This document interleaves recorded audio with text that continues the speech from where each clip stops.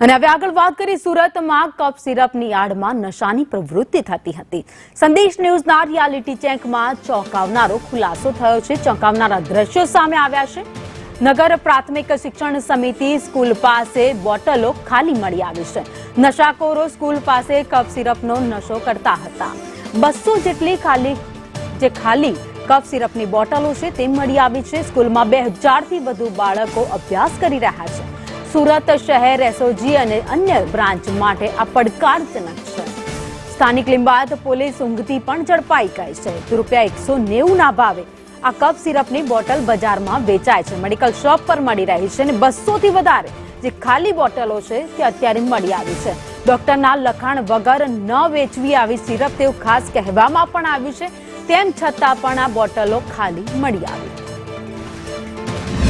સુરત શહેર પોલીસે no to ડ્રગ્સનું અભિયાન ચલાવી રહી છે અને એ અભિયાન સારું પણ ચાલી રહ્યું છે। સુરત ક્રાઇમ બ્રાન્ચ હોય, સુરત પીસીબી હોય કે સુરત શહેર એસઓજી હોય, ડ્રગ્સ પકડી પણ રહ્યા છે। ફરાર આરોપીઓ પાંજરે પણ પુરાઈ રહ્યા છે। પરંતુ જ્યારે આપણે સ્માર્ટ સિટી સુરત મહાનગરપાલિકા સંચાલિત નગર પ્રાથમિક શિક્ષણ સમિતિ સ્કૂલના નજીક આવ્યા ત્યારે તમારા સામે આ દ્રશ્યો છે એ તમને ચોંકાવી દેશે। આ તમને લાગશે કે આ આપણે શું બતાવી રહ્યા છે। આ છે કફ સિરપ જે પ્રિસ્ક્રિપ્શન વગર વેચવાની છૂટ નથી, પરંતુ જે રીતે આપણે સ્કૂલના આ જે રસ્તો છે બાળકોનો આવવા જવાનો ત્યાં આ જે બોટલ્સ દેખાઈ રહી છે અંદાજિત 150 થી 200 જેટલી બોટલ્સ તો આપણે કેમેરામાં કેદ કરી લીધી છે। મહત્વની વાત છે કે હું આ કેમેરા પર્સન અજીત પટેલને બતાવીશ કે આ બોટલ બતાવે।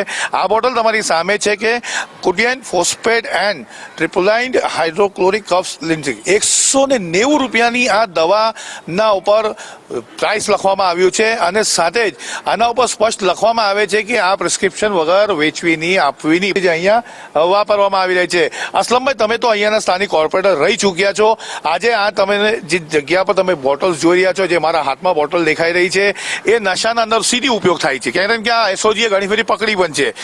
આ વિસ્તારના અંદર આટલી બધી બોટલ સ્કૂલની નજીક શું કેવું છે?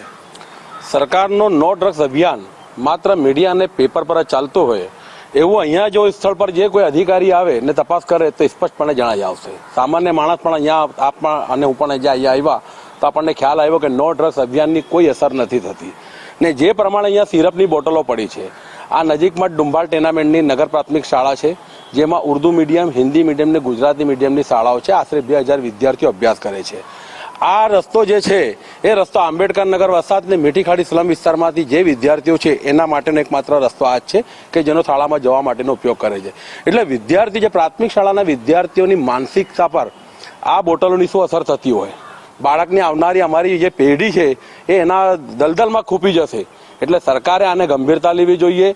હું તો કહું છું કે બાળ કલ્યાણ વિભાગ જે છે કે બાલ આયોગ જે છે એને પણ આ બાબતની તટસ્થ સંજ્ઞાનમાં લેવું જોઈએ અને તટસ્થ રીતે આના જે કોઈ કસૂરવારો હોય એની સામે કડકમાં કડક કાર્યવાહી કરવી જોઈએ। એટલે કે એ વાત છે કે અહીંયા ગરીબ વર્ગના લોકો વસાહત કરતા હોવા છતાં 190 રૂપિયાની પ્રતિ બોટલ અને 150 થી વધારે બોટલ્સ ખાલી અહીંયા પડેલી દેખાઈ રહી છે કે કઈ હદે આ કોરેક્સનો નશો સુરત શહેરના લિંબાયત પોલીસ સ્ટેશનની હદ વિસ્તારની અંદર અને તે પણ નગર પ્રાથમિક શિક્ષણ સમિતિ સ્કૂલની 100 મીટરની દૂરી પર ચાલી રહ્યો છે એ આજે તમે જોઈ લીધું છે।